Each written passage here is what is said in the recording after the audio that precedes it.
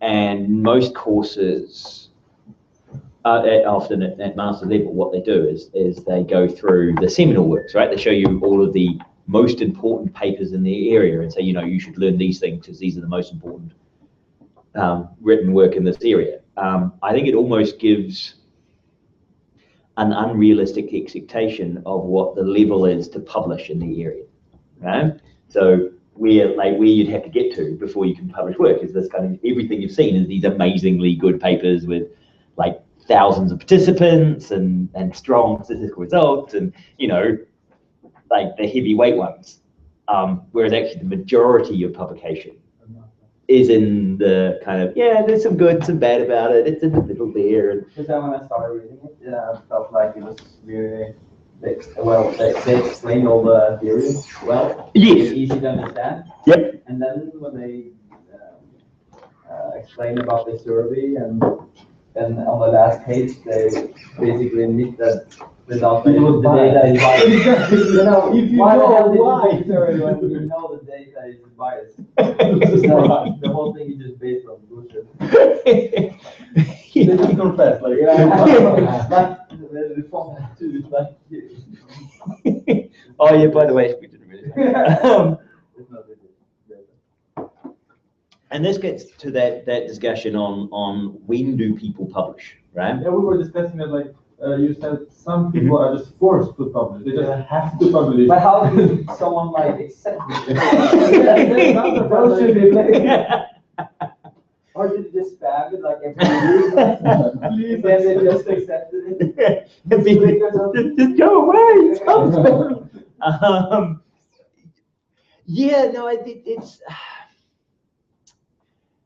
you've kind of got to understand the game, right? And understand the reviewing system. And so one of the things that why I've got a week set in there for conference reviews, I'm gonna give you out some unpublished like the what they come into the reviewers looking like, right?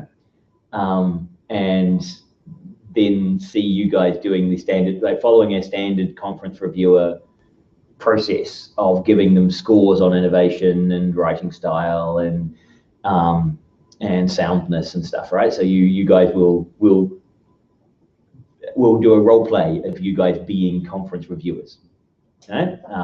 And giving scores in the same way, and you'll see some of the stuff that comes into me to review. And I've got basically to the end of, well, probably Monday to do one review, which I've got in, which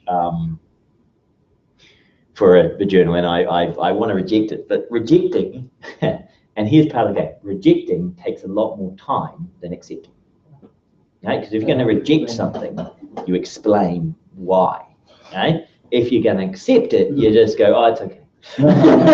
Yeah, all right, well, we'll publish it. So when you're severely time limited, and you look at, okay, if I reject this, I'm going to have to write 4 pages on why it's not good enough. If I accept it, I have to write 1 paragraph.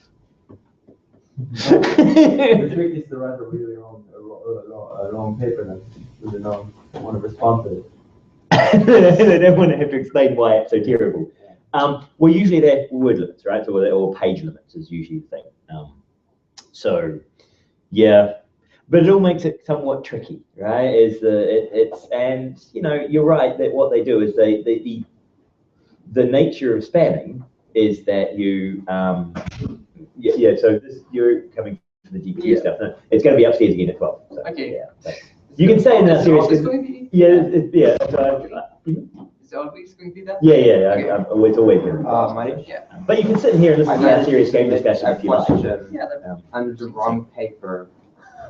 Right. And I can't delete it. No, you can't. No. But we can delete that. Yes. Great.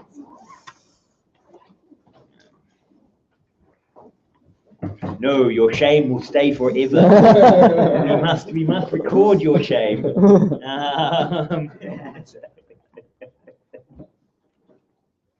And if one of you gets pissed and writes penis, answer the question, it's going to sit there and people will get to comment. People are going to put labels. And they should rate it after.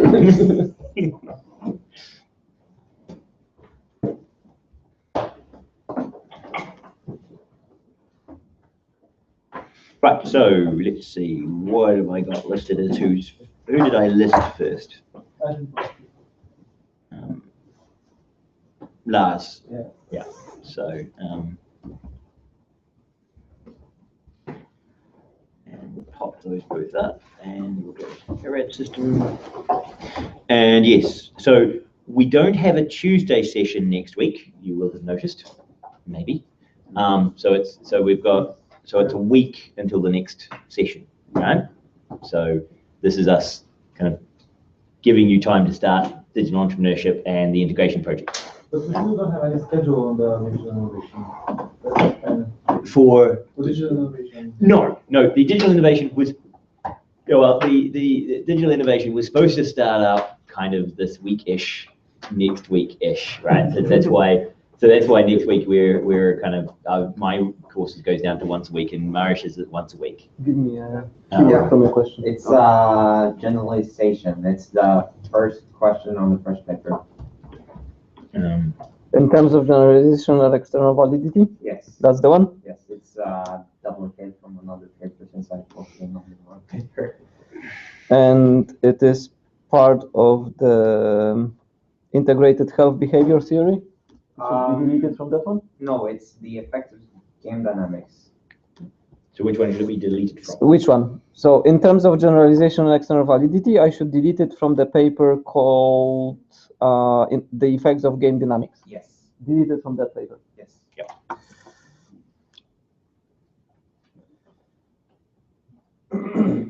Warning, this data will be deleted permanently.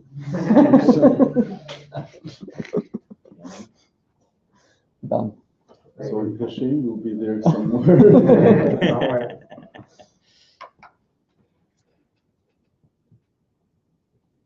So why can I connect to the network? The wireless network? Yeah. Because You can borrow my cable. I've got a secondary cable here as well. Okay. So, I don't know if it's long enough. No, it's not going to be. Oh, yeah, Sure. we'll swap. Thank you. You can use that one. Sure, thanks.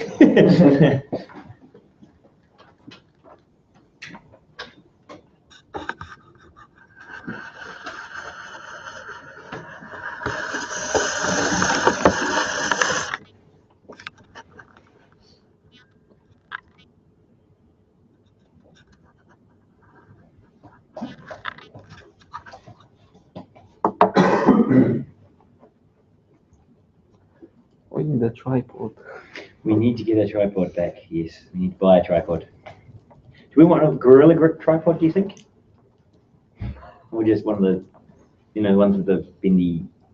Yeah, we'll be fine. Small. I mean, we don't need I borrowed sometimes from the Shilare, but he has kick-ass, heavy, big tripod. Yeah. Putting that on that tripod feels old. It does feel very old. We have 4 viewers online.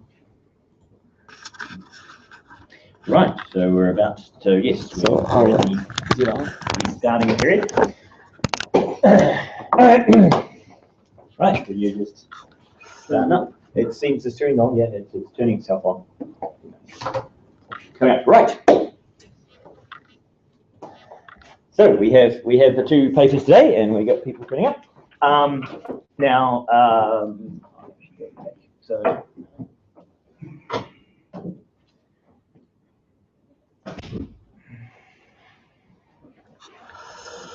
Yeah. So today we're talking.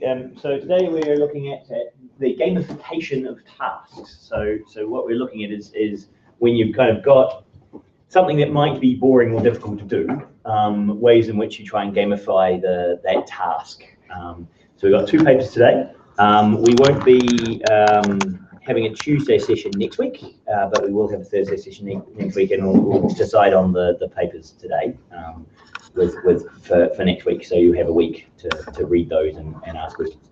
But we can start with a presentation of the effects of game dynamics on user engagement. And some sort of nice theory, and then some issues and discussions again. So we're going to have, again, the same set of positive view. You can argue the why it's got flaws, and then we'll swap for the second half, and yeah. Okay, it's all good. Yeah, so, Okay, so yeah, I read this paper about engaging the users in gamified systems. First, I thought we could talk a little about what gamification is, which is the use of game elements to enhance non-game tasks and to engage in the users and solve problems.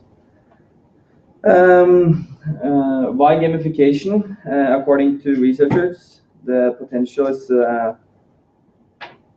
is positively impact the performance, productivity, and the user engagement, as well as this might motivate the users to use your application as the online market has become increasingly competitive. The aim of this study is to find out how do game design elements work to engage users in gamified systems. That was their main target. Yeah. So what they did, they came up with two theories, or they found two theories that they wanted to integrate together to solve the question.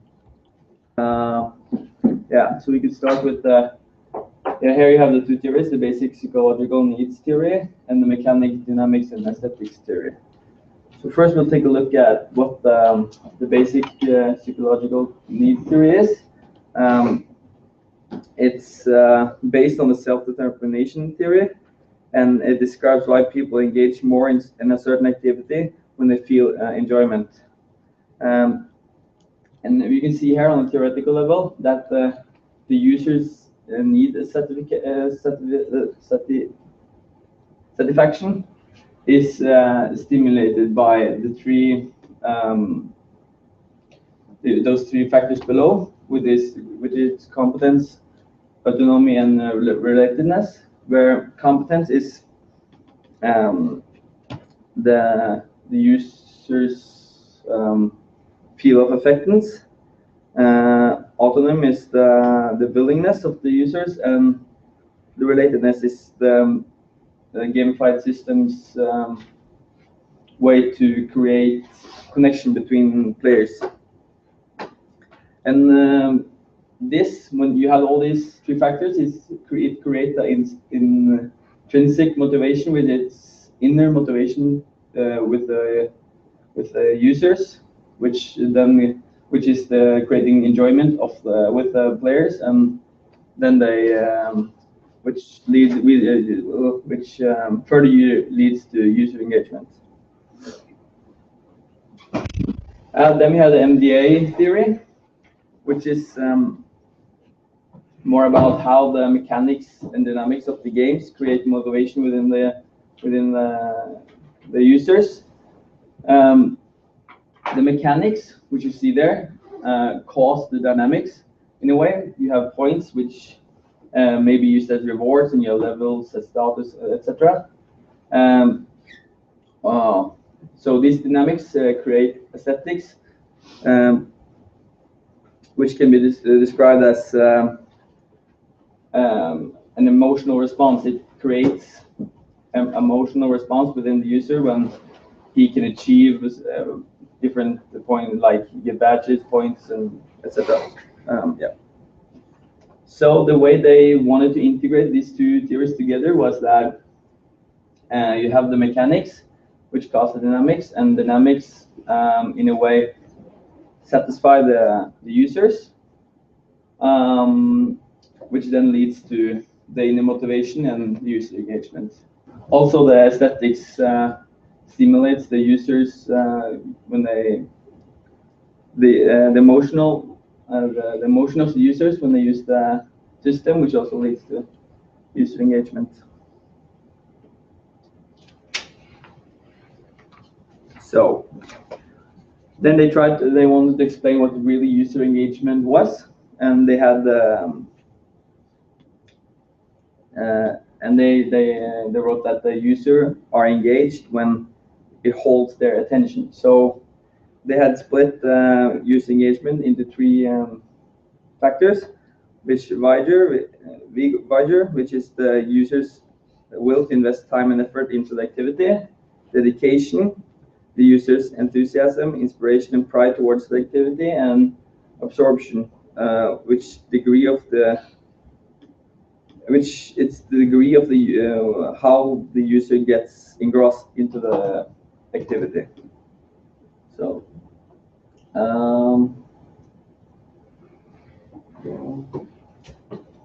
Yeah, here I'm sure if we should take that first.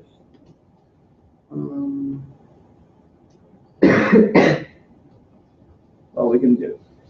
This is their proposed research model. It sort of tracks from right to left in a way, because you have H1 there, which is their main hypothesis, which is that enjoyment create engagement. And then below your engagement, you have the 3 factors. And then it sort of tracks it backward, like you have competence, autonomy, and relatedness that create enjoyment, yeah. And you sort of get it. It's a little messy with all the lines in the midsection there, but it's understandable. Yeah. So their method, they made a survey, which they sent out to 20,000 different people. And the first question was if they use Night Plus or a gamified system called Knowledge In. And if the user answered no, then that was the end of the survey, and the data wasn't collected. And the second question was if they answered yes on the previous, is what gamified system they were active within. And then they asked, they had to answer a couple of subsequent questions with their system in mind. They ended the survey after getting 300 responses, and they ended up with 75 legit responses after they had to remove 5 incomplete. And they analyzed the data using a PLS, which is a partial least squares model to analyze data. And they also used 7-point scale, which is you could rate different questions from strongly agree to strongly disagree. Yeah. So in the result, they used a 2-stage analytic procedure to analyze the data. The first stage would assess the measurement model for reliability and validity, and the second stage was examine the structure model to test research hypothesis. And they proved through the survey, they all the hypothesis was supported except the H3C, which we can see here is this one. Oh yeah. And their conclusion, through their survey, they concluded that the basic need should be satisfied to stimulate the user in a motivation in a gamified system. And the results also show that competence, autonomy, and relatedness account for about 49% of the variance of enjoyment. The results also demonstrate that game dynamics positively influence user engagement, and all their results was with knowledge sharing and sport-related communities in mind. That's it. Okay, thank you very much. Okay, so now we go on to the debating part of this. I guess you've given us the overview. I don't really. It's like that. The bad thing's not towards him, but no, it's not bad towards you. It's towards the paper. You can't even answer the stuff. It's like, well, you can talk about what is wrong with it, right? So that's also a tip. Well, shall we first start with the bias of the users? Like they admitted that the users are biased, so why even have them there? Well, when you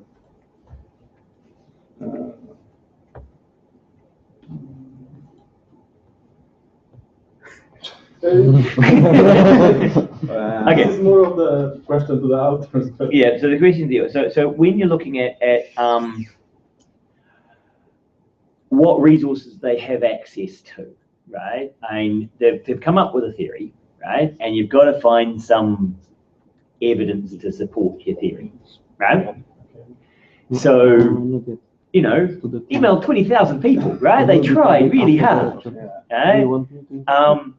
And there's certainly one of the major criticisms of research is around this idea of like if you sample a massive number of people and only get a very small response, how much can you say about the population? I think she joined. Right? So one of my things that my old psychology, my supervisor who did his degree in psychology, is that when they were analyzing what neurons were doing, right? So in the brain, you would analyze neuron behavior, and how they do that is they'd stick an electrode into a neuron and then measure what it was doing. Problem was, even the very best experimenters would kill more than 50% of every neuron they touched, right? And so one of the questions was, well, what are the ones that you kill when you touch doing? Because, you know, they might be a different type of cell to the ones that survive having a needle inserted into them, right? And it's that whole, you know, like with there's a, on the folder community, one of the research papers we had there previously was asking people about the social engagement on folder as whether it's important. And how they did that is they went to the forums and asked the people who were contributing to the forums how important the social aspect of folder was. Now it says, well, you didn't ask the normal players, you only asked the people who were socially engaged, right? It'd be a bit like going to the pub here, going to Student Who's It, and asking people, so how important is Student Who's It to the university, right? And everybody drinking at Student Who's It is going to say probably, yeah, it's really awesome. Yeah, this is great. You should fund it, right? And you know, if you put out a survey and said, hey, people, tell us about Student Who's It, right? Only the people interested in Student Who's It are going to respond. Yeah. So is it really important to all of the community, or is it only important to this tiny segment who are willing to put time or who are filtered by your questioning system?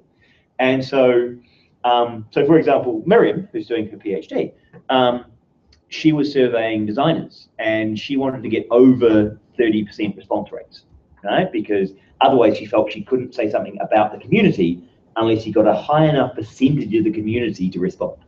Because if you put out a survey and only get 10%, how likely are they to be an exact random sample of the rest of the population? Right? So yeah, 20,000 emails, 200 people. It could be any weird restriction on why people respond in particular ways. But it was so weird how they ended their paper, that they confess basically that the data is biased, and Why would you even publish that? And who would accept it? Why would they say that they want to interview 20,000 people? Well, no, you need to be honest. Okay, so if you did send out 20,000 emails, you have to say we sent out 20,000 emails, right? You can't just say we had 200 responses, right? Because people were, well, how many emails? How did you get them, right? And if you got them by spamming a large number of channels, you kind of have to be honest about that, right? And so, for example, you can have problems. So we had a student who spammed a Facebook group to fill out a survey, and the moderator of the Facebook group took down the post after about 5 hours because it contravened the group's rules, right? That you weren't supposed to post links to commercial sites or surveys, or you know, you weren't supposed to spam the community basically, and it was taken down as spam. Now, you've got to kind of say, yes, we approached this community, it's the size, we got this many respondents, it was because we're only there for 5 hours, right? So you do have to be honest about how you got participants. And saying, yes, we know they're biased. As a reviewer, why would you, what might convince you to accept this paper? Well, I think that the old theory is pretty well explained. Like the first 2/3 of the paper is, you can learn a lot from it, and so I think that's a good point. So yeah, as a reviewer, that criticism of, you know, biased, they admit that it's biased, right? And they probably got into the publication based entirely on that first 2/3 of discussing, because you guys have looked at the SDT, the self-determination theory, right? So you've seen that stuff before. You see that they're kind of using the basic psychological needs stuff, which is a bit extension. And we haven't talked about mechanics, aesthetics, dynamics, but that is in the game area. When they talk, so there's a group of people who talk about the one way they design games is they design them on the mechanics, dynamics, aesthetics levels, right? So they are designing with this idea of, okay, what are the mechanics of the player actually does? What interactions am I trying to have?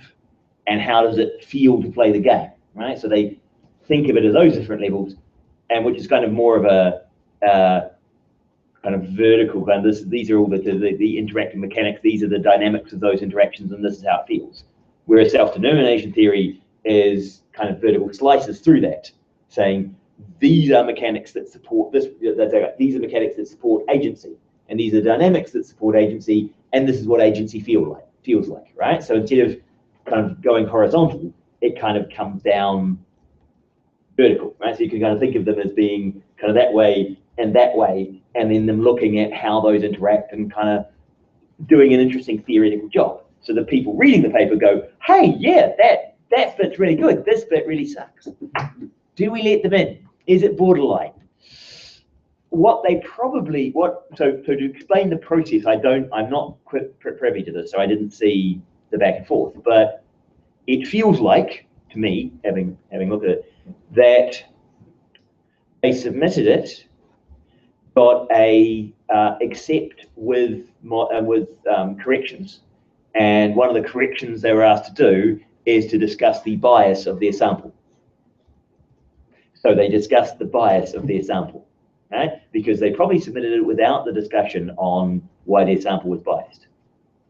And the reviewer would have looked at it and said, well, you need like what you're missing here is a discussion of the bias, right? And so they added that, right? And once they had done what the reviewers had told them to do, so okay, so this is the situation. You might get 2 or 3 reviewers on a paper. We write a review, we say, look, they're missing a discussion on the bias of their participants, right? And we recommend borderline except with corrections. And we say, that has to add the discussion on this and a few graphs changes or whatever, right? And then what usually happens is the editor, so it doesn't come back to me as a reviewer, right, to see that they have actually satisfied me. My requirement to discuss bias they reply to the editor of the journal. The editor checks like the requirements that I have, sees their response saying that, yes, look, this is the section we added to respond to the bias discussion. The editor goes, they respond to the bias discussion, tick, right, and moves on. So if I'm not very explicit about saying something like they have to discuss the bias of their sample, and if they can't adequately explain it, they still don't get published. Right? Unless I say that, as long as they explain it, the editor's still going to publish them. Right? So you kind of understanding the mechanics of the publishing process allows you to understand more about how things get published and why you'll see this sort of thing. But also hopefully trains you on how to be somewhat critical of the stuff that gets published, because you know that it's not necessarily gone back and forth and back and forth and back and forth and then kind of cleaned and become beautiful, right? It's often kind of had partial acceptances and done some revisions. You also have, as you were saying, spamming, right? The academic act of spamming is what you do is you submit it to a conference, they reject it, you submit it to another conference, they reject it, you submit another conference, they reject it, you submit it to another conference, they reject, until someone accepts it eventually, right? Now, there is a discussion in the academic community on, is this like rolling the dice? And someone will set it eventually. Yeah, do you just keep rolling, keep submitting it, rolling the dice just to see if it comes above the, so you can imagine if there's a quality level that your paper has, right? So it's like level 3 out of 10, and you're rolling a percentage chance, you know, you've got a 30% chance of being accepted, so you're going to submit it to 4 journals. Like you spend some time writing it, so it's like not to be wasted. You just you just keep resubmitting it to new places. That does happen, unfortunately, right? And yeah, there are always a kind of the A, B, C, D. You're grading, right? There are papers which conference will go, yeah, well, that's obviously accepted, right? Very good paper, it's all there. But just like A's, those are few, right? And then you get the bulge in the middle where they're generally good. They're C, they're acceptable. We've got a few flaws, a little bit, yeah. And then you get the D's, which are passes, but still missing some stuff, right? And so, yeah, that's, you've got to understand that the papers come from the full range, not just all A's, right? So yeah, but okay, so the bias, yeah, if you mean, how did it get there? That's probably how that fairly obvious discussion of, yeah, they're biased. Which, you know, we told you they're biased, so that is published now. How that probably gets there. Okay, other issues. Another thing is, they take the validation scale, they're just taking it from somewhere, and they say, okay, let's say for competitors, we take 5 measurements, and they just give us the code. So some explanation of what are you testing competitors against, or something like that would be helpful. Because let's say for engagement, they discussed like vigor, dedication, and absorption. So those 3 are kind of explained, but others are just numbers, codes. An appendix of like what they are could be helpful. In order not to go to the papers that they are referencing and see, you read the whole paper and say, okay, the code, this one is that. So. Yeah. So you can't defend that one because it's a good point. Yeah. There is going to be a bit of that in these discussions. Yeah. It was like, I'm looking at the table and I'm like, okay, what should I get out of this table? They reference to a table that they got some numbers, and then even table 2 is even more like, what are these abbreviation meaning? So it was just. It's just a mess. It's like, okay, the first part of the theory is really okay. You read it, even though they kind of sometimes repeat themselves, it's okay. But here they just spend how many? Two pages on the results, and that's it. And it's just strange. Yeah, it goes from a really good, well-explained paper to downhill. And also, like just why they chose 9+ and knowledge in, yeah. Like, out of so many gamified systems, why those 2? Well, what I felt was that this don't really support my favorite though, but the way they structured their survey, it felt like they already knew that most of their hypotheses would be supported, because they wanted to find out how game mechanics created user engagement, and then they did a survey on users using well gamified systems already, which with your example about the student user thing, of course they would get a good response. Yeah. So they sort of knew already before they had done the survey that those who would response would give them a so basically they're kind of tailoring the stuff according to what they want. This is, yes, ways of guaranteeing a positive result is by manipulating your sample until you get a positive result. So yes, people who like heavily gamified systems and buy them and use them regularly like heavily gamified systems. Yeah. So it's not necessarily a new bit of understanding, right? But you know, it is looking at their theory. The idea is like one of the big questions is, what can you gain from this, right? What is it that we learn from having this paper published, right? And I think you'd identify that first section kind of is quite good, and the second section is quite shit.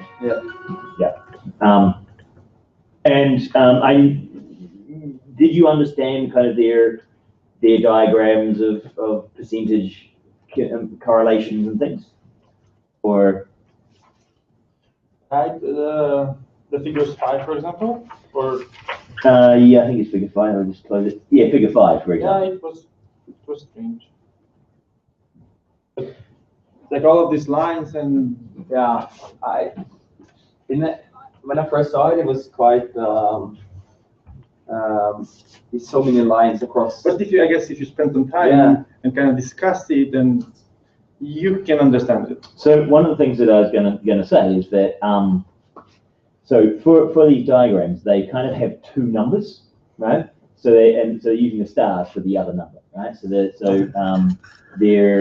for example, from I think one of the nice ones there is getting points, badges, and leaderboards, right? So the PDLs to autonomy, which is in figure 5, is a link from game dynamics to need satisfaction, and so the need satisfaction autonomy links to getting points, badges, and having leaderboards, points, leaderboards, and badges, is 0.32 and triple star, right? So yeah, you brought it up there. Thank you. Can you zoom? Yeah. So that one there, 0.32 as a correlation, right, is somewhat weak, right? Because what you're saying is that there's kind of a 0.32 positive correlation. Now, it's statistically significant, as in it's detectable, right? So it certainly exists, but it's just a very small difference, right? So it's a very small correlation. So one of the things is trying to get your head around those two different ways of talking about something, right? Because when we mean significant relationship, what that word significant means is statistical significance. So what you'd say is, I would like to see the research community, this will never happen, but I would tend to say that is measurable relationship, right? By significant, we mean that there is, if we run the stats over it, we can say this community is different to this community, statistically, right? And we've got enough evidence to say that we're 99% sure, I think it's 99.9% sure that there is actually something happening, or is there an actual difference here? How big that difference is could be minute. So for example, in my mental model, if you had a manufacturing plant, right? And it was making screws, or making a piece of equipment, right? That was 1 kilogram, right? Exactly 1 kilogram within 0.5 of a gram, right? So a really highly engineered piece of equipment that was one kilogram and like within 5 grams. And then you add another bolt, right? And the weight changes to 1 kilogram and 15 grams rather than 5 grams, right? So it's 10 grams more. The variation within the particular piece of equipment might be 0.1 of a gram. So you could measure two of the blocks and definitely tell one came with the extra bolt and one didn't come with the extra bolt because it was 10 grams heavier in this one. Is that significantly heavier? Well, it's statistically significantly heavier, but it's not really significantly heavier. And so when you see significant relationship, you have to wrap your mind around the word significant isn't being the way used in the way our mind would normally want it to be used, which is important or big. It means measurable, right? That there is a statistical difference. Now, 0.32 also suggests that the relationship is, you know, sort of, like, so as you get more points badge and leaders, you get a bit more autonomy. Yeah, but it's only a bit strong. It's definitely, it's measurable that they're like across the community, when you give them point badge leaders, the community as a whole who have that feel more autonomy. How much more? Tiny wee bit more, but definitely measurably more, just a small amount more, right? So you got to kind of keep those two things in your head when you start reviewing these numbers, right? So like the 90s from rewards, status, and achievement to the dynamics of getting points, badge, and leaderboards, right? So when people say, is this kind of, you know, getting these points, badge, and leaders, when you say, I give this achievement, is it a badge? Yes. So pretty sure that there's a pretty high correlation between having achievements and having that thing. That's yes, pretty much everyone who says they get these are very strongly correlated. And not only strongly correlated, statistically significantly and strongly correlated. Whereas the other ones, I mean, once you're down around, like there's a 95% chance that giving people the competence is related to enjoyment at a 0.22 level.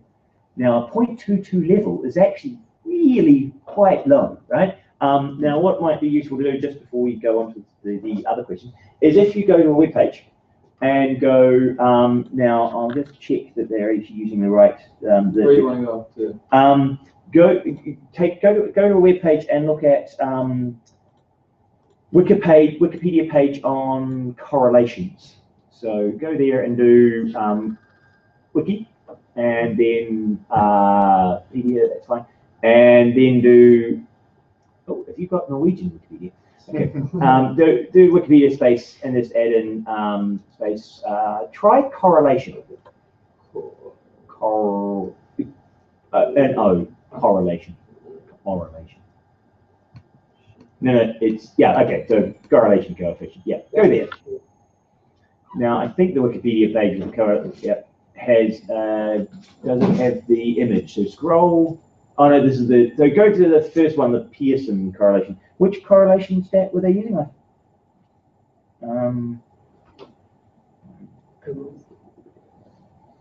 Just go to images. Right. So contains the confident reliability, average variance expected, and correlations among constructs. So yeah, so that very first image there. Yep, go to there and zoom it up if you can. Oh no, you can't. Yeah, click on it. It'll probably take you to the wiki page, and then go down, and then you can Click on the image. click on the image. Can you make it bigger? But you kind of have. But what you can see here is this is 0.4 correlation, right? So that's saying that axis and that axis are 0.4 correlated. Right? So this is 0.8. That's looking pretty, you know, you'd say as you go that way, you definitely go that way. 0.4, as you go that way, you kind of go that way. 0.2, looking pretty round at 0.2, really, isn't it? Right? With 0.2 is somewhere between here and here. So how strong really is that? It's kind of, it's pretty weak. Okay? So that's why the 90s, right, are somewhere in here, so really quite correlated. And the 20s in here are really not very clearly correlated, right? So this is also showing, you know, here, this is 100% correlated, right? So every time you move that way, you do move that way. It's just that the relationship isn't very strong, right? So it has high correlation, right? It's just that the change here is small on this axis compared to the change on this axis, right? So you kind of got to understand what people mean by correlation and statistically significant correlation, right? So the reason why a 0.4 correlation, if you have enough points, it could be statistically significant. If you have only 5 or 6 points, you would also never get anything statistically significant with that lower correlation, right? Because your sample just wouldn't allow you to do it, right? So yeah, it's about kind of it's useful when you're looking at those sort of things to see what kind of correlations you get. And as it says, so this one's showing you that none of these come out as being statistically correlated, because although they're an interesting shape, they don't say anything about moving that way, meaning moving that way. No, they're just, you know, they're connected in another way other than the direct moving out next means moving up and Y, right? Or negative moving out next means moving down and Y. Right? So that's all it's trying to tell you. Right? Cool. Okay. So now, do you have any more that you want? No. Okay. So audience. Do we have audience critique of what you guys know? We should read the questions out. Have you bring up the questions? So if you go red, we can read out those questions and have them up there. Some of them we've already covered because, you know, they are correct discussions. Now, so the reason why I picked this paper is I did, okay, you're gonna have to log in. I do like it's the front discussion bit is really interesting from a theoretical point of view, right? It does, like, from the sample it's got, it shows you how to do, it shows you one way of kind of presenting your results, right? Because you also guys have to learn how you're going to present results, how you're going to do surveys. Is it Lars D. Dolvik or Lars Dolvik? There we go. Ah. That is great. It's so hard. I thought it would make it so I can see the screen, both screen. Yeah. So the use of a 7-point scale is actually usually often you guys will have used a 5-point Likert scale, right? Which is you got 5 options. Yeah, and they use 7. There is actually, you can actually go and look up research that talks about what is the best number of Likert's variation to use, and 7 is the number they recommend. Okay? 7 is the one that gives you results that are closest to the evaluation of people's verbal description of how they feel about something. Right? So what they did is to test this, they got people to do a Likert scale, 1 to 7, and interviews around the same topics. And then to see how well aligned their Likert scale responses were to their verbal descriptions of how they felt. And they found that 5 wasn't as good as 7. And by 9 or 11, or 10, if you had non-even, they again were starting to diverge from the oral descriptions. And one particularly is giving 7 allows people to have a centroid one. If you have an even number, it's forced choice. You have to be above or below center, right? And that upsets some people. No, I don't care. I want the middle. I don't have positive feelings about it. I don't have negative. I am the middle, right? So, yeah. But you can sometimes say, I want to force the choice, right? I want to get them to move away from the center. Though you will see something else that's often done on these are like the center of the 7 is treated as a separate group to everybody who's above and everybody who's below, right? Just so you can get enough responses to do statistics on it, right? Is that you say, you know, everybody who is even vaguely positive towards the statement, everybody who is even vaguely negative, get grouped into 2 large groups so you can keep the numbers up. Because as soon as you get small numbers, you lose statistical significance. Okay, so questions. So how does game mechanics defined by the mechanics dynamics aesthetics framework become points, levels, and badges, virtual goods and leaderboards as they define in even when they cite it. So their argument is that the mechanics that points, badges, and levels, or points, badges, and leaderboards, are part of what would be in the mechanics category, right? It's not that that's all the mechanics, it's just some of the mechanics. Right? There are other answers. What else may be why they use points, badges, or PBL, points, levels, and badges for the mechanics? Well, as a part of the game mechanics, you want to create game dynamics, which they well, in the way I felt they explained it in the paper, it's more of a stair where we build upon, and where we take the game mechanics to create the game dynamics to then stimulate the emotional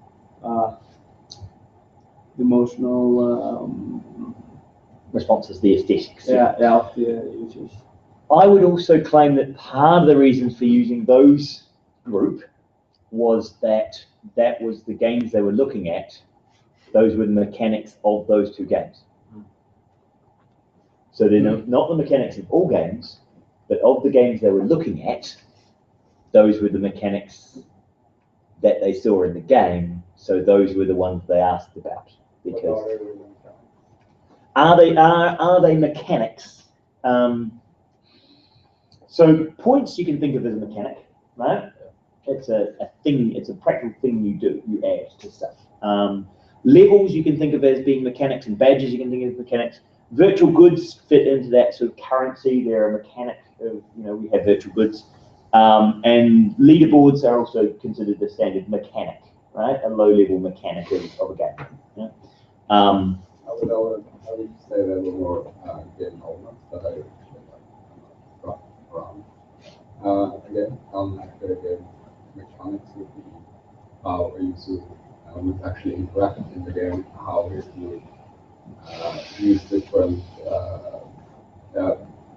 different things. Right. So you could argue that those are gamification mechanics potentially, right? So for example, when I discussed Foursquare, right, when it was still actually you actually had a sort of point badge leaderboards in Foursquare. The game was existing, right? So the game had no, the game itself had no mechanics. It wasn't like Tetris, right? You didn't solve a puzzle. You arrived at a place, and that was the game action you had. And then checking in gave you points, badges, virtual currency, leaderboard, like all the stuff you wrapped around an activity to make it more to make it game-like.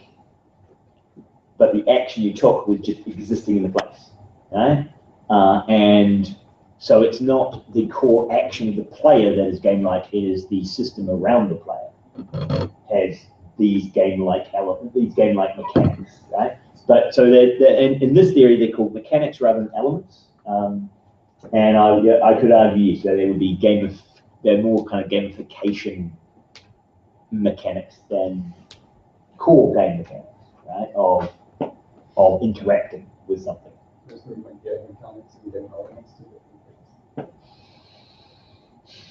Neither term is well defined enough to know, right? So unfortunately, the community hasn't come down on what is a game element versus what is a game mechanic.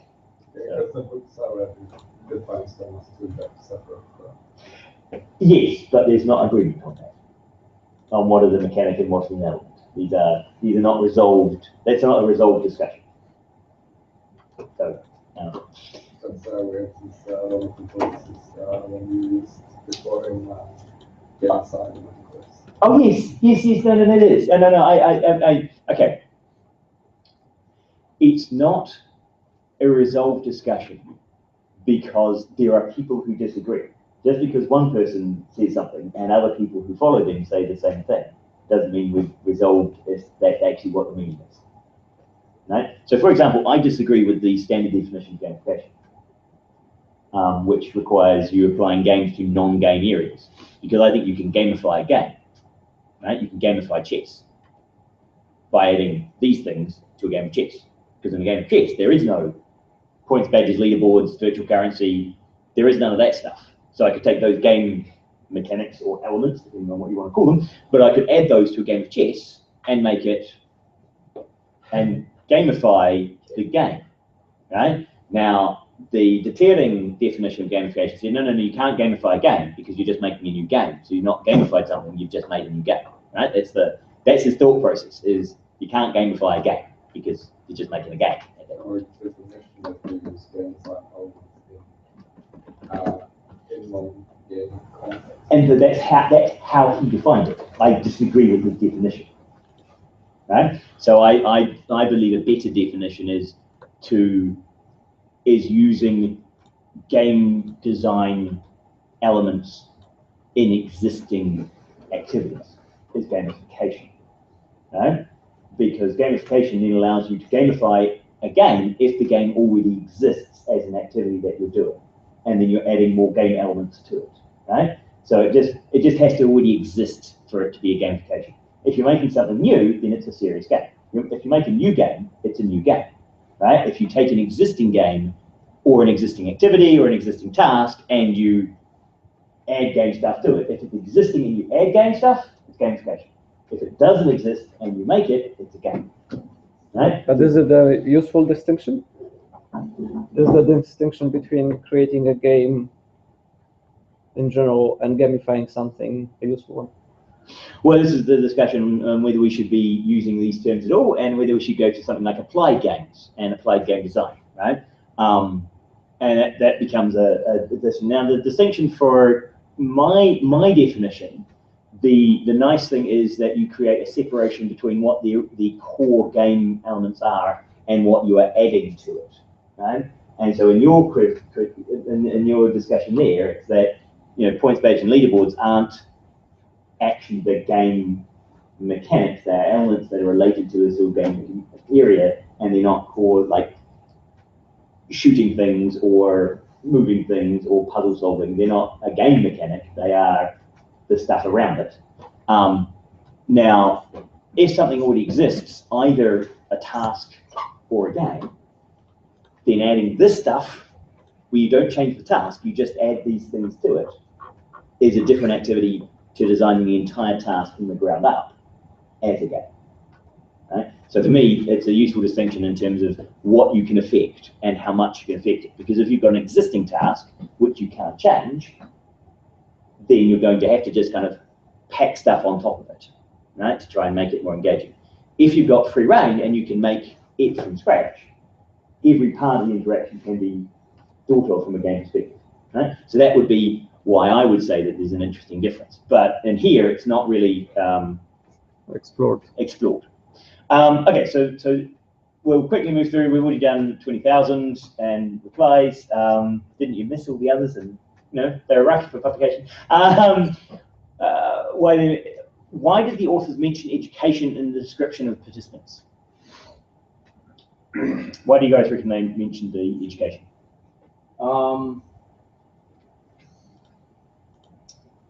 Another mention education in the description of Yeah. Okay, so my answer is usually that in the survey, they asked people for their education because hopefully they had a hypothesis somewhere in their discussion is, smart people are more influenced by parts of game mechanics than uneducated people, right? That we might say that uneducated people are more influenced by simple tricks, right, of just adding points to stuff, whereas educated people might be more influenced by the complex dynamics of a system and the reporting system, right? So, but then the question is, they're not honest about. They just delete the hypothesis and they just ignore it, or which means that they probably didn't find anything interesting in that assessment. Well, I think I read that 79% of the responses, or the people responding, had a bachelor degree or above. So the other way of doing it is you use that as a way of working out if you've got bias, right? So if you actually sampled the real community, because if you sample normal people, then you would expect the same number of men, the same number of educated people, the same number of earning over 50,000 as the general population. And if you get numbers different from that, you say, well, actually, this is a skewed distribution because they're more educated than the normal population. So I can't really make a statement about the normal population because I think these are more highly educated, right? So, and it could be that when you're asking them about, are you using this expensive piece of equipment, you're going to get people who have more money. So, yes, again, people out drinking, do they drink? Yes. So you'd find 100% of people at student who said enjoy drinking, and therefore 100% of students enjoy drinking. Might not be quite the same. Okay, well, we're going to have to take a break. We'll just quickly go through these. So education, what's the difference between subtheory BNP and microtheory STT? I think they approach in different directions with Microsoft.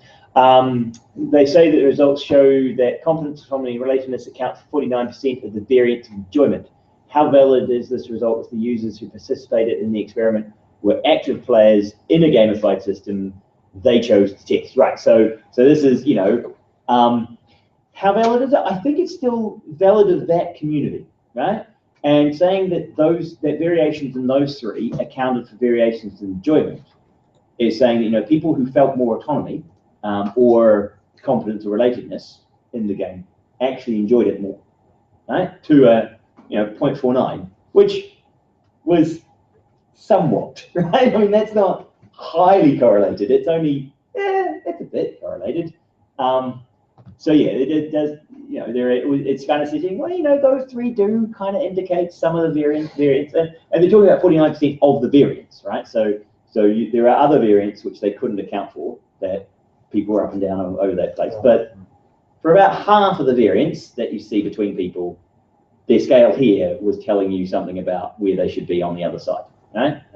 Like they were high confidence, they were high enjoyment. Kind of thing.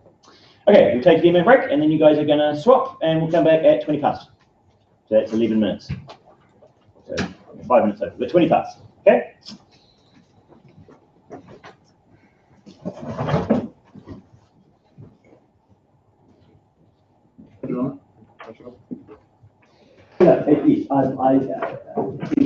What you call things and whether they're elements of mechanics or dynamics, people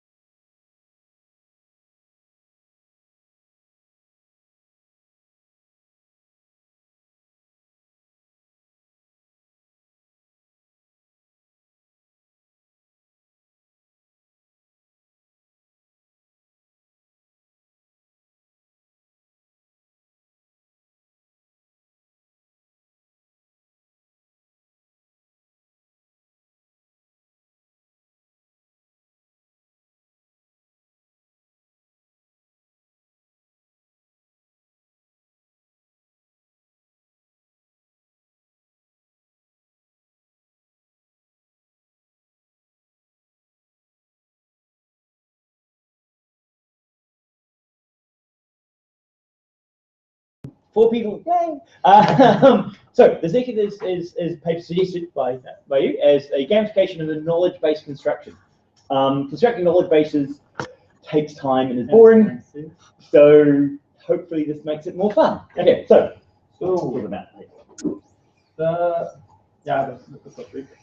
So the problem that they are trying to resolve is that in Japan, the international students were lacking data about the FAQs and how to troubleshoot some of the student homes, some of the problems that they might find in the student homes, like I don't know the power problem, or they don't have warm water or stuff like that.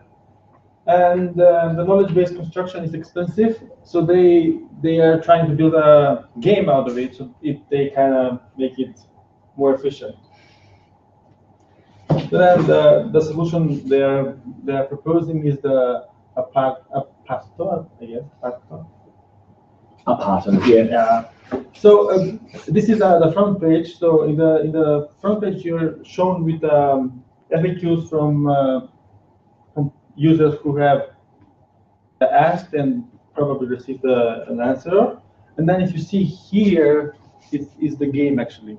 So if you click that tab, the game will open. So they think that what will cause the long-term engagement is the intrinsic motivation. And now I found this really strange that they were referencing a self-published article or book from a guy on Amazon regarding the intrinsic motivation. Because if you try to Google it, you will find different approaches, like which parts are inside this.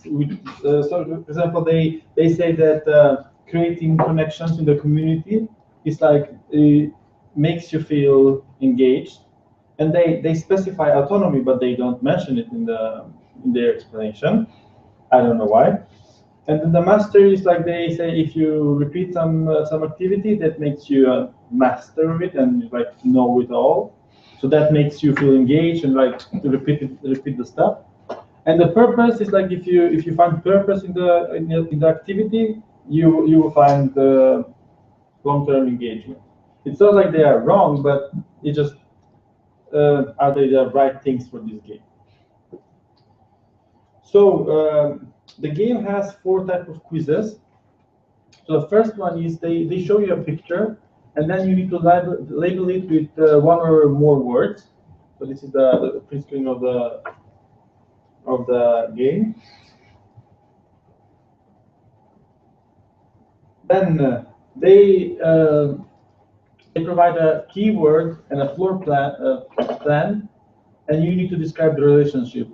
So let's say sink and kitchen, and so you're supposed to say belongs or is part of or it's not part of. So then that will contribute to the knowledge-based construction. The third type of quiz is they give you a relationship and a floor plan, and you need to assign the appropriate keyword that is given to you. And the fourth one is they give you a keyword in a relationship, and you are supposed to assign the appropriate floor plan. So if you see all these 4 types of quizzes, they're kind of correlated, so they can make sense of the data. So the scoring of the game, 5,000 points for each question answered, and you're like punished minus 5,000 points for each question skipped. You have 1 minute to answer 10 questions. If you have some remaining time, it will be added as a bonus, and it will be multiplied with your score. But like 10 questions in 1 minute, you will not have that much time left. So I guess that rule is reasonable. And then they are giving 10,000 points for each question that matches the majority of answers. So if you answer a question that most of the people have, then you get more points. We probably provide the same answer. The same answer, yeah. Yeah. So because they, in order to see which keyword or which floor plan or relationship is mostly appropriate to assign, they have this formula. I guess they have it. It's not like reference to something else. They kind of invented this probably. It's pretty simple formula. Yeah. So the user has the rank. So if you're just registered user, you're bronze, and then if you post or answer 1 to 5 times, you get silver, 6 to 10 gold, and more than 11 platinum. So and then the RJ is determined depending on your ranking. So they did 35 people play the game, and this they, for some reason, they were all computer scientists or they studied informatics. With a convenient sample, yep. Yeah. And 31 participants played the game more than once, and now this is 7 scored below 20,000 points on the first try, but 21 received lower than 5,000. This goes in their questionnaire later on. They received the answer that the rules of the game were not that clear of what they're supposed to do. So that explains the number. But they said that 89% of those who score very low, they played the game until they kind of felt satisfied. And 77% of the data collected was used in knowledge-based construction.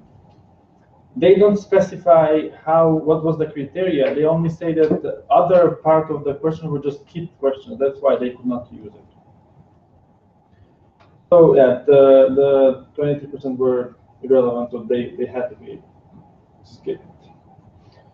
So then they did a questionnaire, probably on the same user that played the game. They did not specify that on the paper. But there are some interesting results to see. Like the question 1, it says like the users think that this kind of game can motivate people to contribute to knowledge-based construction. If you see like more than 70%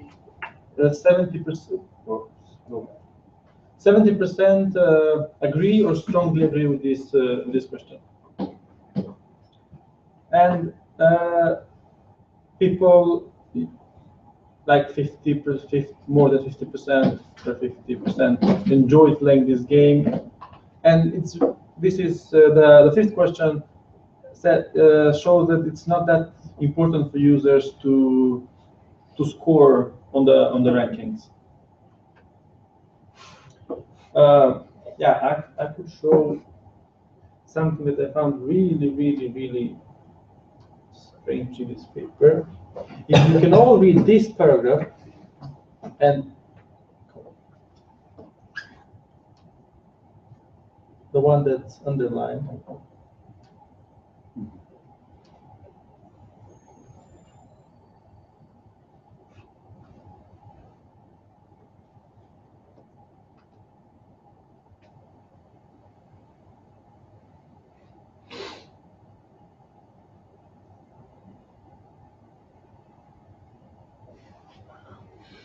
Yes, the cold start problem. We actually were discussing this in terms of. So, but I tried to read it like many times, and I was like, what?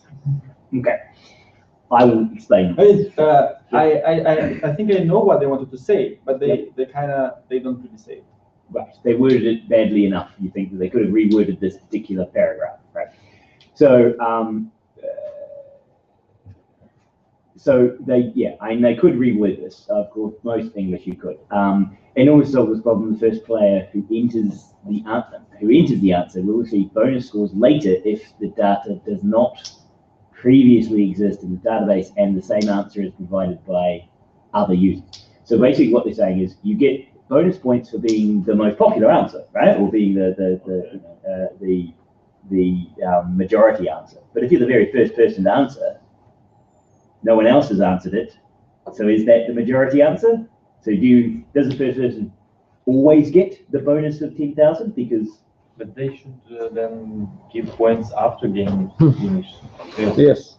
Yes. So this is the matching the majority can really only be given once you've found out what the majority is, right? So because the problem then becomes if you gave the 10,000 to the first person, So why would you even give it? Why would that even be an option to give the first person who says a word and why? Yeah. Well, yeah. So because at the person, if they're the first person to answer that question, of course they're the most popular answer because they're the only answer. And the next person answers something different, and then they're 50-50. And they can't be because that's not then the most popular. It's a popular equal. Maybe you do give them if you're either the most popular or equal with the most popular. There's now only two answers, so that person also gets 10,000. The third person coming in, if they answer a completely new word, they also get 10,000. If they answer the same as the first person, they still get 10,000 because now they're the most popular. The next person comes in and they answer again the first person's one, so they get 10,000. Fifth person comes in, answers the second answer, they get no points. Sixth person comes in, second answer, they get 10,000. Next person comes in, second answer, they get 10,000. There's one person who gave the right answer, gave the most popular answer, didn't get any points for it, right? Even though they were later proved to be right. And the people who didn't give the most popular answer, they got 10,000 points for being most popular because at the time they were. They could make like, I don't know, if one word is repeating X times, then it becomes popular, and then if you say that word, then you get the points. So our response to this cold start problem was that you have you have bonus points allocated at the end of the round to all people who answered the most popular answer. So you don't get the points at the time, you get the point at the end of the game. That is a better system, which is kind of what it's what they're saying here. When they use the word later, right? The answer will receive bonus scores later if the data does not previously exist in the database and the same answer is provided by other users. So what they're saying is, if you're not the most popular, we won't give it to you until you are the most popular, and once we've worked out you're the most popular, then we'll give you bonus points. Right? Do they then take the points off all those people who were the second most popular? Right? Because the first half of the thing, you have one vote and one answer being popular, and then another one pops above it. Do all those people lose all their points? Because taking points off people is a problem, is bad again. So no, you're right. What they're trying to solve is that problem of giving points later, but they could have explained it in a different way. But I think in their mind, they're just hacking around the problem rather than actually conceptualizing what they're doing. And what they're really doing is they're giving you a bonus at the end of the survey. But that's always a problem because it's not a real-time kind of system. And if you knew what the right answer was, you could give people the bonus points for answering the correct answer. But the whole point is that we don't know what the right answer is, or else we'd already have the knowledge base already constructed. So yeah, it's a challenge. I don't think they've worded their answer well. Yeah. Okay. You can keep going. Yeah, that's it. Okay. Right. So thank you. So critique. Yeah. The back one, please. Okay. You can either go up or you can stand there. We don't mind. Okay. Yeah, come up to the front. Okay. So more. The first thing when I read through the article is that I was left with the question: did they really prove or find proof that they could support their hypothesis? Yeah, that's they stated two hypotheses, but they in a discussion or results in evaluation. They don't really specify. Okay, we approve, we confirmed or disconfirmed. Did we supported or disappointed the hypothesis? They don't say. They kind of say from around that their game can make a knowledge base. And people can engage, but they not say specifically, like in the previous paper, we did this hypothesis and this one is just partially proved. So and I feel like it should be much earlier. They should be stating their hypothesis much earlier in the paper. Yeah, they just they eventually get to it. Yeah, and then they'll explain it. Another I had if you could explain the cold start problem, but we didn't get that. And I also have the questionnaire, who were taking the questionnaire. Yeah. So I assume it was the people who took the 35 people who took the game. because they don't specify it in the. Also, Yeah, one more thing is that we don't know exactly how many people, like they say, I don't know, 51% of the question of the results from the question, but 51% of how much? Like, were they 31? Someone was sick, they were 20, like someone was willing, or someone was not. You should protect the paper. But you cannot protect it. You're supposed to be on the kind of positive side. We're not just supposed to be vultures. But what you could say is, so in defense of them, right, the assumption that they would question other people than the people who had actually been involved in the survey would be an odd one, right? No, that's for sure. But how many of those who played took the questionnaire? The assumption is that all of them did, right? Because, this is Japan and you do what you're told. And so, you do the thing and then you filled in the survey, right? I mean, and unless we tell you otherwise, all of them did it. But then they're international students in Japan. Yeah, maybe they're not as compliant. But they're still in Japan. Yeah. If they're still in Japan and they're doing what they're told, or else then their apartment doesn't get fixed. So no, it would be normal in a research paper to discuss how many dropped out, right? Because we usually assume that when you start a questionnaire, not everyone's going to get to the end of it because they'll just get bored and wander off, right? So there is a bit of a debate around if nobody dropped out and everybody completed and everybody did everything, do you need to actually go through and say the number of people who dropped out was 0, the number of people who had partial submissions was 0, the number of people who had incomplete submissions was 0? But at least you could say that people who participate in the game participate in the questionnaire also. You would potentially expect to see a single sentence saying all people who participated in the thing filled out the questionnaire. That would be useful to have. But although they don't state it, it may be because they felt it was blindingly obvious that everybody that was the group who participated and it was all. Otherwise, we would have said something, right? So one other cultural thing is to say is, you only need to mention something if it is different to what you expect it to be, right? So you don't keep saying things that you expect to be true. And that is different. Different cultures have different ways around dealing with that, right? Whether you are supposed to state the obvious or not. Right? So I don't expect any of you to read in the paper saying all participants were human. Yeah, I mean, we kind of assumed that because they're filling in stuff on the computer about the farm they live in, but that's something that's.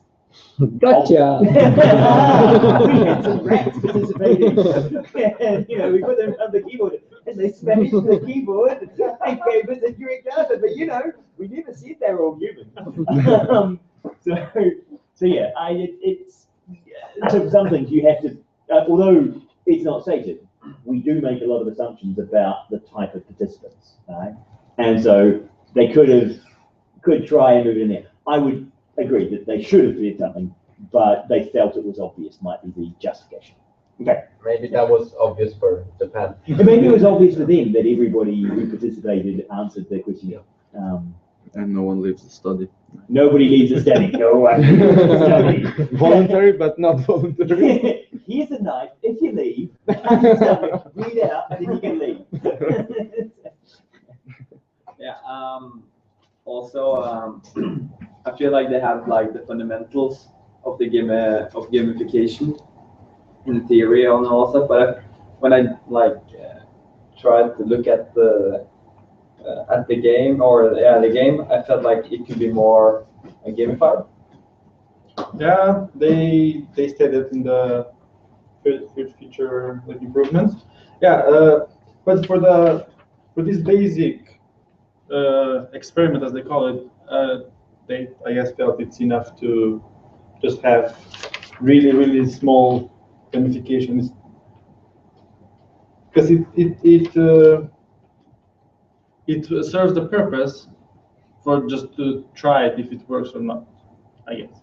And also, is there any quality assurance on the input of in the game, or could you just if you just gather a lot amount of people, you could just all type in the same word? Yeah, I Maybe the guess. majority. Yeah, I guess if like No people. matter what, where the. Yeah, I guess if people like gather like this in a classroom and everybody just writes like some random word, it will come up as a best one. But if normal people were using it, then the formula is kind of working.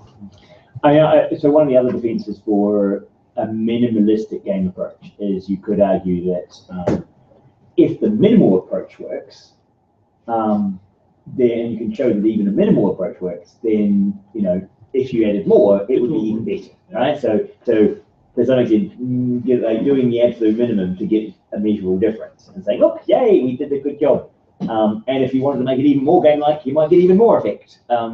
You could argue from that direction. And like we had with the ESP game, right? So one of the reasons why I thought this would be okay with the ESP game from the previous week is that there's that community consensus approach to validating knowledge rather than an expert saying, yes, it's right. Yeah. And it has that similarity there. And then I guess like the whole approach of, because if you're an international student and if you don't know the language, then you really need this. It's like, you don't really want to screw this. Yeah. Like personally speaking. Yes, So, you want to be able to get your water back on, and you want to be able to plug your appliances in.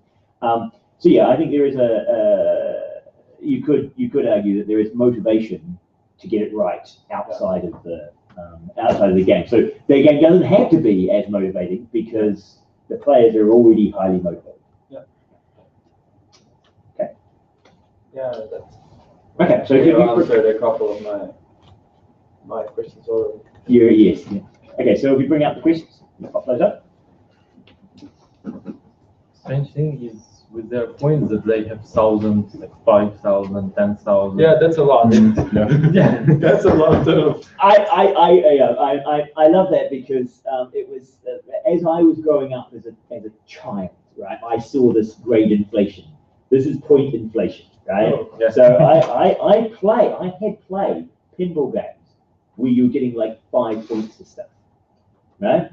And then, you know, as I got older, it went to like 500 points for stuff, and then 5,000 points for stuff, and then like 5 million points for everything.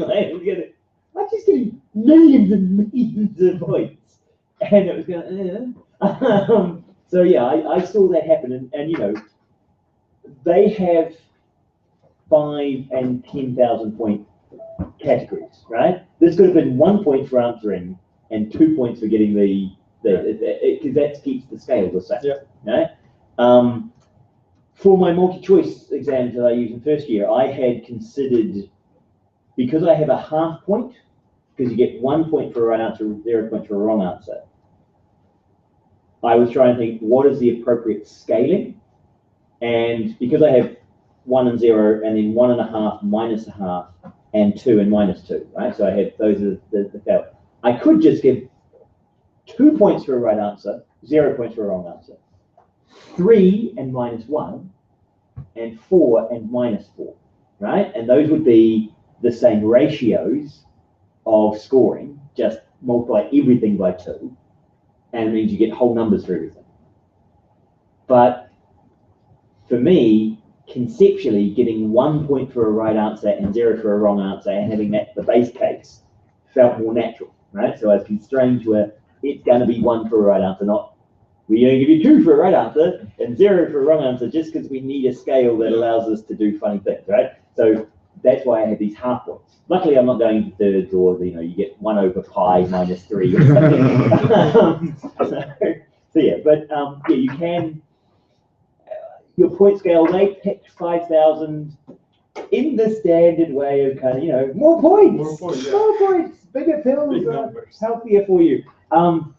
Do you know on the placebo effect that larger placebo pills are more effective placebos than small placebo pills? Also, if you get an injection instead of pill, it also. Yes, an injection of an aqueous solution, i.e. water, is more effective than giving you a pill, even though it's exactly no drug in it at all. So they kind of imply that 5,000 points is more points than 5 points, and it would be awesome, more awesome because 5,000 points. It's a lot.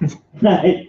What scale is on? We don't know. I mean, so yeah, it depends on what you're expecting. Right? And then you guys have the same problem. What they're saying that I was reading some stuff on grade inflation at universities, and you guys, this is a big problem around the world at the moment. And they're saying, I think Harvard was saying that the most common grade given at Harvard is an A, and the average grade was an A minus. Right, so the A minus is the average grade, and the most common grade handed out is a straight A, not an A plus, but a straight A. And it's kind of, well, yeah, that makes it really hard to differentiate students. If the most common grade is A, then A plus is your only, like, to say you are just slightly better than the most common grade. It's, yeah. So yeah, it becomes a problem when you kind of ramp things up. If you've got a cap like A plus, then ramping up makes a problem. Here, you know, they could have made it 1,000,000 points for getting the most common answer and 500,000 for answering any question at all. Right? You could have given -2 points for answering, -4 points for not answering, and -1 point for having the most common. And it's the person closest to 0, the least negative.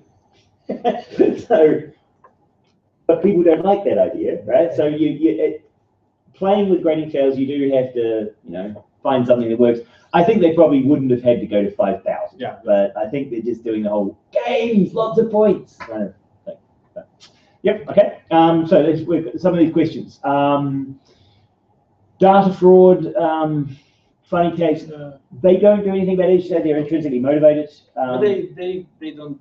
They could have some protection, like the image the image labeling system. They had really nicely explained like what would happen if one word is repeatedly done, and what would happen if, yeah, that has a flaws also. But this one, they were just, okay, this is the formula, and that's what we did. Yeah. So they don't really predict it, but they're hoping that the intrinsic motivator is enough. Yeah, how do you feel the useful anything in the data? I would say that, as you said, it was the things where the 23% of people just didn't get was the useless.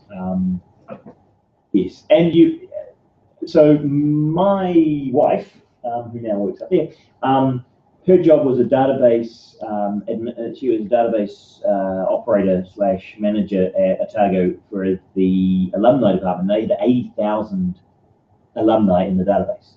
Part of her job was to try and keep the database clean, right? Because people input that data and it corrupts all the time.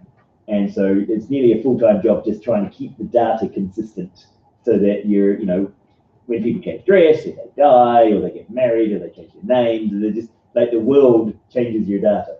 And so this job of how do you keep data up to date, again, may actually be more important in keeping the data correct over time than it is to create the data in the first place, right? Because although they say here, creating a knowledge base is expensive, maintaining the knowledge base is probably more expensive, right?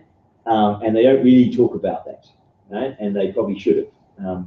And so again, might actually be a better way of maintaining the database as correct. Because, new regulations, new plugs, new ways of doing things, new problems, wireless changing, well, yeah, things can change. And having someone constantly having to sit there watching it just to see if there's a change might be worse than allowing people to play a game when there's a change. So, okay, how does the player know if he or she answered the question correctly, and how is the way of gamifying motivation play? So the game doesn't know if you answered the question correctly. Right? It only knows eventually whether you answered in the same way everyone else did. Right? And so then that's when you got bonus points. It's just being popular rather than right. I have often thought when I've been writing exam questions, particularly multi-choice exam questions, and I had this once at Otago, there was a problem where only 20% of students got the right answer in one of the questions. Right? It wasn't one of the questions I said, it was one of the questions set by another lecturer. And we looked at it, and over 50% of the students were answering one of the other answers, right, in the multi-choice question. The 50% of them were doing D, and 25% were doing B, and B was supposed to be right. Right? And it said, well, you know, most people think it's that. And we then had a change in the course, and the next semester the teaching fellow took over the lecturing for the lecturer, and he changed the answer to that question to correct with D. So now 50% of the people were getting it right. So that's what he had been teaching people. So the teaching fellow in the labs had been teaching one answer, and the lecturer thought it was a different answer. So in the exam, everyone who had been attending the labs got the wrong answer. No? The people that only attended lectures got the right answer. Now, sometimes I feel, you know, maybe the right answer to a multi-choice exam question is the one that was the most popular answer. Because, you know, I'm talking about those sort of 600 students doing this multi-choice exam. So you're not talking variations that are small. You're talking statistically significant variation. Is the right answer the one that all the students think is the right answer? Or in this case, why did they come up with the right answer? It's the only time I've ever run my multi-choice exams and found a statistically significant negative correlation between the answer of a question and the overall ability in the course. Right? Which means if you got that question right, you're less likely to do well overall in the exam. Right? So people who are bad at the course got that one right. People who are good at the course got it wrong. Right? That's a negative correlation. So yes, when you're kind of doing these kind of what is the right answer, sometimes the right answer might be what everyone thinks. Right? And unless you know what you wanted them to answer, which means you already have a knowledge base, you couldn't have decided what the right answer was. Right? So they're in a situation where they're explicitly saying we can't know what the right answer is.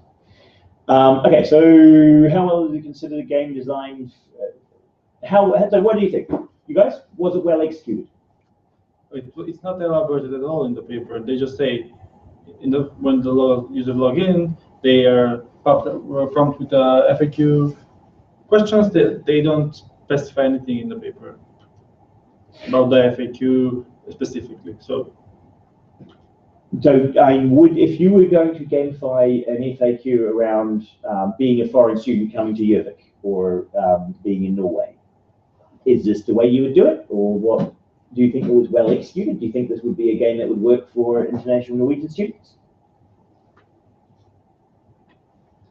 See, quite a few of you are international students. Yeah. I didn't understand how it will help students because they create knowledge base, the answers to the questions then. So they just tag pictures with names. They create knowledge base. Where is this thing located? But not the answer to the question why it's not working or I guess in the system. But it's like a community thing that other people can contribute to that. Yeah, so the main idea is that students answer questions of students. It's, I guess, not limited to students. No, it wouldn't be limited to students. And it's more, as far as I can tell, is about that translation of understanding what we're talking about. Right? And so it's that kind of knowing the names of things and where they are, and doing the same question in Japanese. You then get a mapping of the Japanese term for the same thing, and a mapping of like the Japanese name for where it is and the Japanese. So those relationships, you could have the translations, and rather than just getting someone to translate them, you have to kind of translate in situations, right? Because sometimes, well, I don't know enough about Japanese to know whether the words change according to where things are and which room they're in. Who knows enough Japanese? Who knows lots of Japanese? Okay, we're at a disadvantage. But sometimes in English, words used in different ways mean different things, right? So for example, the discussion on significant, right? Is something a significant difference? Do you mean statistically significant or do you mean big? So, and in different contexts, so that single word means different things. And yeah, in English we do a whole bunch of weird stuff like that. So just translating the individual word might not be, the transliteration might give you the wrong idea. Well, I think that such simple things as like sockets and yeah, things like that, just room interior, should be simple enough to just.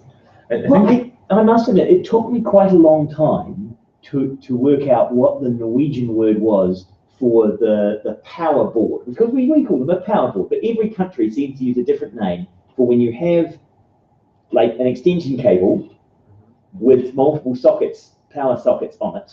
What do you call that thing? Almost every English-speaking country seems to have a different name for it. Why? I don't know, but we all seem to call them different things. Okay? Are they a multi-board? Are they a power board? Like you call them something like an octopus or something? What's there's like some have a word that's kind of an octopus thing for it. What's the Norwegian? The Norwegian. What's the name for that thing? Fordella. Is that the name for the? I don't know. There's many different words. see, even the Norwegians have many different words for it. There's one with being with G. Yeah, Bernatak. That was the one I eventually found that when I searched the internet to try and buy them in Norway, that was the word I eventually came down to. But yeah, those sort of things. There is like, it might seem simple, but when every English word, every country in England, like in the English language, used a different name for the same thing, it's really hard to find appropriate translations. So yeah, because yeah, the power socket. Is it a, like, we call that the plug in that socket, okay? But, you know, other people use different names for them. Outlet. There's power outlet, there's power socket, there's the wall socket, so we sometimes call it a wall socket in New Zealand.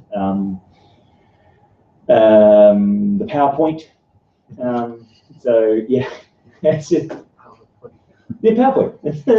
So another name in New Zealand, PowerPoint would be how you normally, I think you'd normally refer to it as a PowerPoint, Murray? Yep. Yeah. But it also could be a power socket or a wall socket, and they're all the same thing. So yeah, not necessarily as easy as you might think. But maybe in this case, maybe it wouldn't have been very necessary to gamify it, since it's important information. Even if you just did a FAQ system, that wouldn't have been necessary. The people might be motivated enough. I don't know if the game actually increased their motivation. It doesn't really cover whether it increased their motivation. It also didn't discuss how much work it was for them to implement the system and research it compared to just doing the job. Right?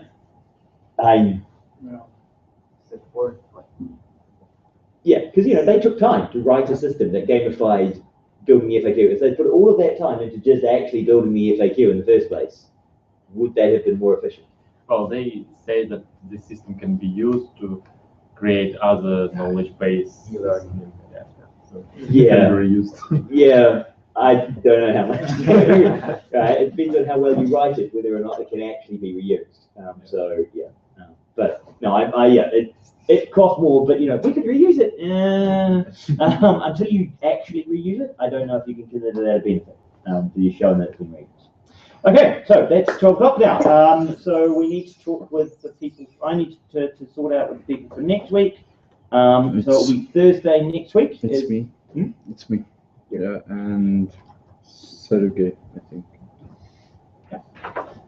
So we need to resolve the papers today. So we'll give you a week to prepare. Yeah. I send you the paper. Yeah. You saw it. Yeah, I've got it. I've got it on my thing. So I was reading it in this. So I scanned because I like to read them beforehand. So yeah, I've got Sergey. Yes, I think he suggested president for a day, and I was looking through that one. And you suggested political internet games engaging in audience. Yes. Yeah. If you're still happy with that one, then Yep.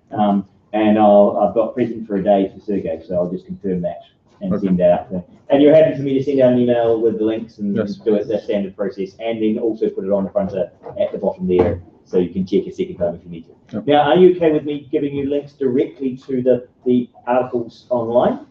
Because you guys have to go in through the proxy to get within the NTNU. That's still okay? Those live in the students' houses, maybe. Yeah, so if you live in the student house, you can just click the link and it's okay. If you don't live in the student house, you have to have the proxy set up. But because I think, do I need to download them all and upload them into Fronter and put them in the PDF on Fronter, or should you just get them go directly to where they are on the internet? I think it's probably better to upload them, because sometimes if you forget to download it beforehand, you have a problem. If you've lost internet, then having a link. And if you are not in the campus or Yeah, they have this proxy that you can use also. Have you tried the proxy? Yes. It's worked really nicely. Yeah. So if you and you should definitely install the proxy somewhere, right? So what I do is I have the proxy on my Firefox, but not on my Chrome. So in Chrome, I'm just directly internet access wherever I am. But if I open up Firefox, it always asks me to connect to the proxy, and I'm always in the proxy.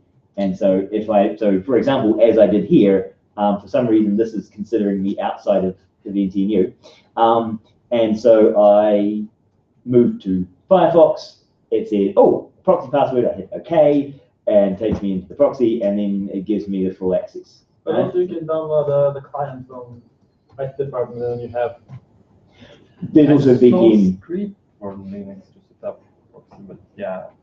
Right. Yeah. There's also the new NTNU has software farm, which allows you to do everything, gives you basically a virtual machine, a virtual Windows machine. Really? Yes. But I think if you search up software, I think you guys have access to it. Is it the pure NTNU?